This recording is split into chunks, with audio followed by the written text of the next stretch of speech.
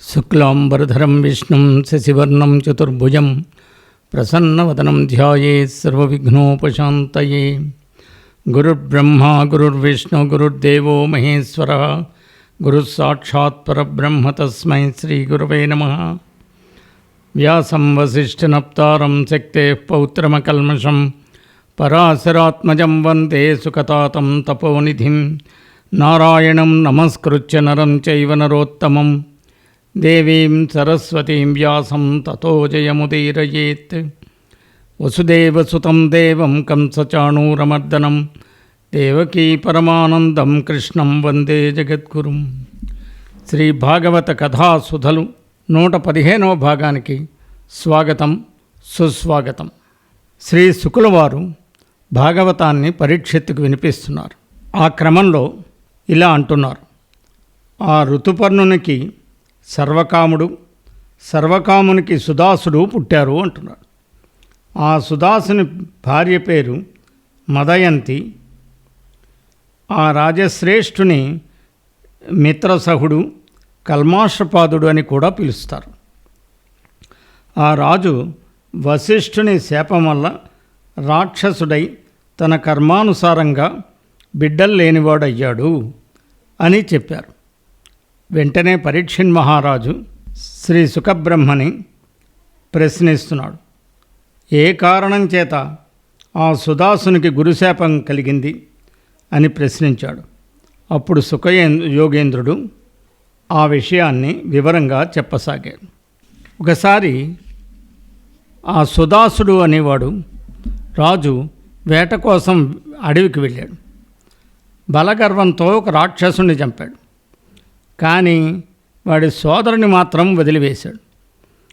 వాడు తన తోబుట్టు చావు సహించలేక ప్రతీకారంతో మోసపూరితంగా రాజుగారి భవనంలో వంటలవాడుగా చేరాడు. ఒకరోజు వశిష్ఠ మహర్షి అతిథిగా రాగా రాజు ఆయన కోసం వంట చేయమని వానికి చెప్పాడు. వాడు నరమాంసాన్ని వండి మునికి వడ్డించాడు. అప్పుడు వశిష్ఠుడు రాజుని పిలిచి, కోపంతో నరమాంసాన్ని వండించి పెట్టావు గనక నీవు రాక్షసుడు కమ్మని శపించాడు. ఆ విధంగా శపించాడు. రాక్షసుడు వండి తేవడం సుదాసునికి తెలియదనే విషయం జ్ఞానదృష్టితో తెలుసుకున్నాడు వశిష్ఠ మహర్షి. అందువలన తన శాపానికి ఒక సవరణ చేశారు. రాక్షసుడిగా కేవలం 12 ఏండ్లు మాత్రమే ఉండమని శాపాన్ని సవరించాడు. అప్పుడు గురువున్ ఆరు శపుంతునంచు జలముల్ కోపంబుతో తోయిటన్ నరనాథుండు ధరింపత సతి పతిన్ వారింప మిన్నున్ దిశల్ ధరయుం జీవమయంబక ఇఖిలము తాచూచి చల్లెన్ ధరావరున్ ఆత్మీయ పదంబులం కరపుటీవాహ్పూరమున్ బొక్కుచున్. ఇప్పుడు విశేషమైనటువంటి విషయం జరిగింది. ఆ రాజుకు కూడా కోపం వచ్చింది. వశిష్ఠుని శపిస్తానని చెప్పి దోసిడితో నీళ్లు తీసుకున్నాడు. మంత్రం కూడా చదివేసుకున్నాడు. అప్పుడు భార్య వచ్చి వద్దని వారించింది. భూమి ఆకాశాలు దిక్కులు సర్వం ప్రాణిమయం గనక గ్రహించి రాజు చేసేదేమీ లేక దుఃఖంతో చేతిలోని నీటిని తన పాదాల మీద చల్లుకున్నాడు. గురువును మారు శపిస్తానని దోసిడితో నీళ్లు తీసుకున్నాడు సుదాసుడు. అంటే సుదాసుడికి శాపం ఇచ్చే సామర్థ్యం ఉందనుకోవాలి. సర్వం ప్రాణిమయం కాబట్టి కాళ్ళమే చల్లుకున్నాడు. అందుకే కల్మాషపాదుడయ్యాడు. తన దోషాన్ని తెలుసుకున్న ముని శాపాన్ని సవరించాడు. అది తెలియని రాజు ప్రతిశాపమిచ్చేందుకు సిద్ధపడ్డాడు. కాబట్టి అతని వృత్తాంతం సుఖాంతం కాలేదు అని భాగవతం మనకి చెప్తోంది. ఇలా జరిగినప్పుడు మిత్రసహుడైన అతడు భార్య మాటకు అనుకూలుడై శపించడానికి ఇష్టపడక రాక్షసత్వం పొంది నల్లని రంగుగల పాదాలతో కల్మాషపాదుడై అడవుల్లో తిరుగుతున్నాడు. సుదాసునికి మిత్రసహుడు, కల్మాషపాదుడు అనే పేర్లు ఉన్నట్లు మనం మొదట్లోనే చెప్పుకున్నాం. నాటి సార్థకత ఇక్కడ చెప్పబడింది. ఆకలితో మలమలా మాడుతున్న సుదాసుడు అడవిలో ఒక బ్రాహ్మణ దంపతుల జంటను చూశాడు. వెంటనే వారిని ఎదుర్కొని తటాలున బ్రాహ్మణ్ణి జుట్టుపట్టుకొని మింగడానికి తీసుకొని పోతున్నాడు. ఆ సమయంలో బ్రాహ్మణుని భార్య గుండెలు బాదుకుంటూ గగ్గోలు పెడుతూ భర్తకు అడ్డం వచ్చి ఏడుస్తూ ఆ రాక్షసరాజుతోటి ఇలా అంది: ఓ రాజా, మానవదేహం కలగడం చాలా కష్టం. అటువంటిది కలిగాక మానవునికి దానం, పరోపకారం, పొగడదగిన కీర్తి ఉండాలి కదా. రవివంశాగ్రణివై సమస్త ధరణీ రాజ్యానుసంధాయివై భువనస్తుత్యుడవై పరార్ధరతివై పుణ్యానుకూలుండవై వివరంబేమియులేక నా పెనిమిటిన్ విప్రున్ తపస్శీలున్ సత్ప్రవరున్ బ్రహ్మవిదున్ జగన్నుత గుణున్ భక్షింపగా పాడియే అని ప్రశ్నించింది. సూర్యవంశంలో ప్రముఖుడివై భూమండలాన్ని పరిపాలించేవాడివై మంచి పొగడికి కలవాడివై ఇతరుల మేలు కోరేవాడివై పుణ్యాత్ముడివై ఉండి దోషరహితుడైన బ్రాహ్మణుణ్ణి, తపశీలుణ్ణి, సజ్జనుణ్ణి, బ్రహ్మవేత్తను, గుణవంతుడు అయిన నా భర్తను భక్షించడం ధర్మమా? అది ధర్మం కాదు కదా అని అడుగుతోను.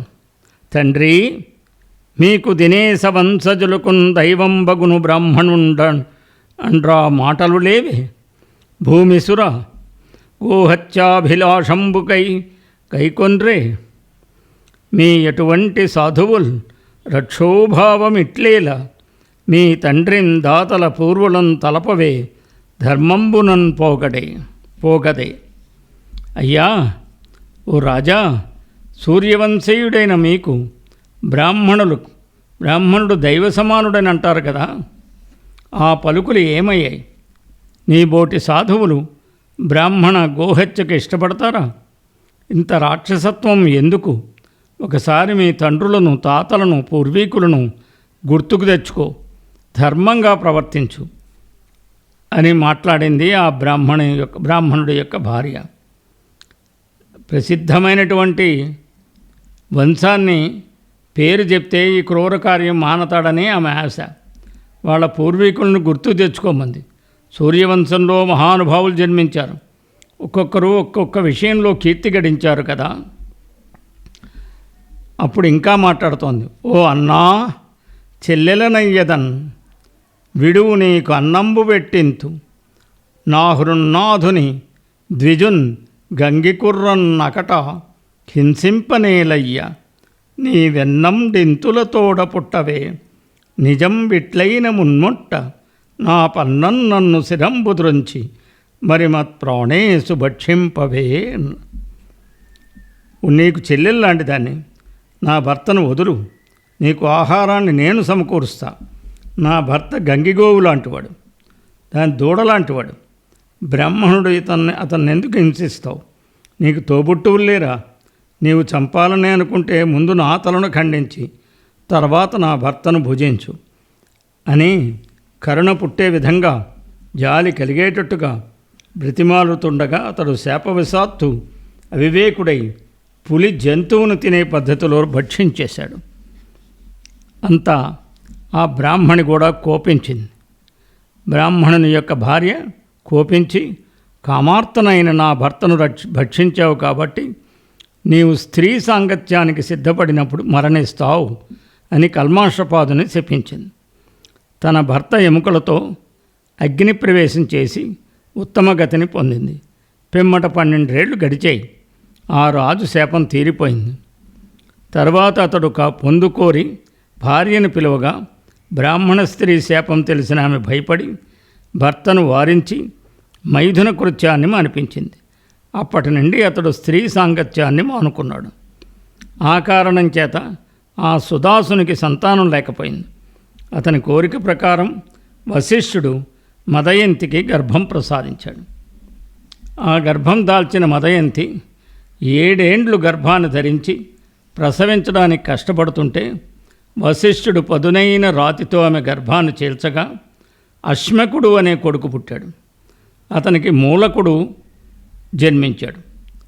ఆ మూలకుడు ఎవరంటే వీరుడగు పరశురాముడు ఘోర కుఠారమున నృపుల క్రూలుచు వేళన్ నారీజనములు దాచిన నారీ కవచుడనగా నరనుతికెక్కెన్. వీరుడైన పరశురాముడు భయంకరమైన గండ్రగొడ్డలతో రాజులను వధించే సమయంలో స్త్రీలు మూలకుని చుట్టూ ఉండి కాపాడడం వల్ల అతనికి నారీ కవచుడని ప్రసిద్ధి కలిగింది. నారీ కవచుడంటే నారీజనం కవచంలా ఉండినవాడని భావం. స్త్రీలు కవచంగా ఉన్నందువలన వారి మధ్య ఉన్న రాజును గుర్తించలేక స్త్రీగా భావించాడు పరశురాముడు. అందువల్లే మూలకుడు రక్షింపబడ్డాడు. ఆ నారీ కవచుడు పరశురామునిచే నిర్మూలింపబడ్డ సూర్యవంశానికి మూలమైనందువల్ల మూలకుడని పేరు పొందాడు. ఆ మూలకునికి విశ్వసహుడు పుట్టాడు. ఆ విశ్వసహునికి ఖట్వాంగుడు జన్మించి చక్రవర్తి అయ్యాడు. ఖట్వాంగుని కథ మనం భాగవతం ప్రథమ స్కంధంలో తెలుసుకున్నాం. అదే కొంచెం సంగ్రహంగా ఇక్కడ కూడా చెప్తున్నారు పోతనామాచుల వారు.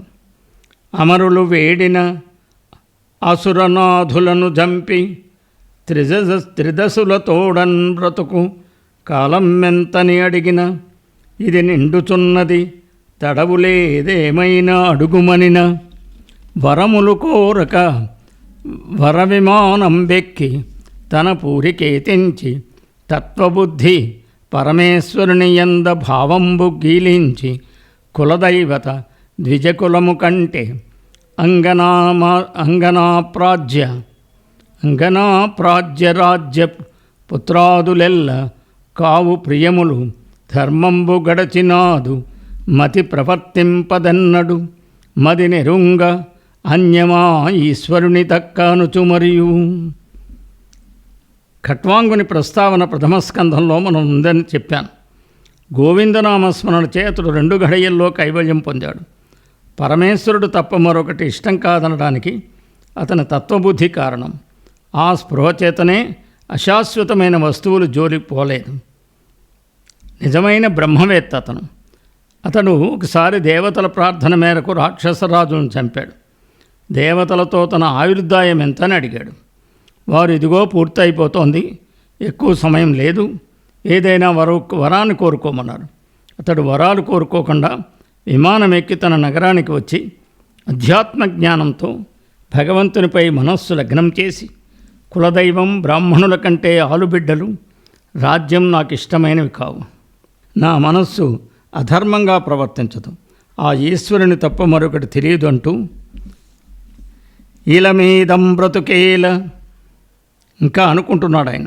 ఇలమేదం బ్రతుకేల వేల్పుల వరం బేల ధనం బేల చంచల గంధర్వపురీ విడంబనము ఐశ్వర్యంబులేలా జగంబుల పుట్టించు తలంపునన్ ప్రకృతితో బొత్తే తుదింబాసి నిర్మలమై వాంగ్మనసామితంబగు పరబ్రహ్మంబునే చేరదన్నే చెందెదన్. ఈ భూమిపై ఇంకా బ్రతుకెందుకు, దేవతల వరాలెందుకు, ధనమెందుకు, అస్థిరమైన గంధర్వ నగరాన్ని పోలిన సంపదలెందుకు, లోకాలను సృష్టించడం కూడా ప్రకృతితో పొత్తు పెట్టుకొని చివరకు దాన్ని కూడా వదిలి పరిశుద్ధమై వాక్కుకు మనస్సుకు అందని భగవత్వత్వాన్ని నేను పొందుతాను అని నిశ్చయించి కలసెన్ సంగములెల్లన్ బాసి నియతిన్ ఖట్వాంగుడు అశ్రాంతమై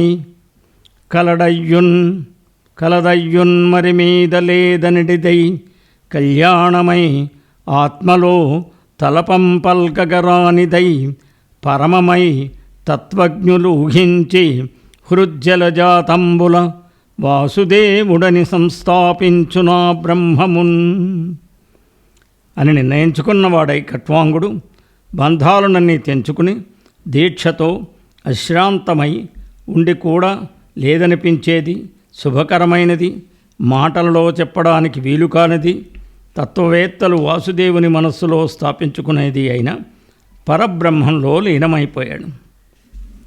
అని భాగవతం మనకి చెప్తోంది.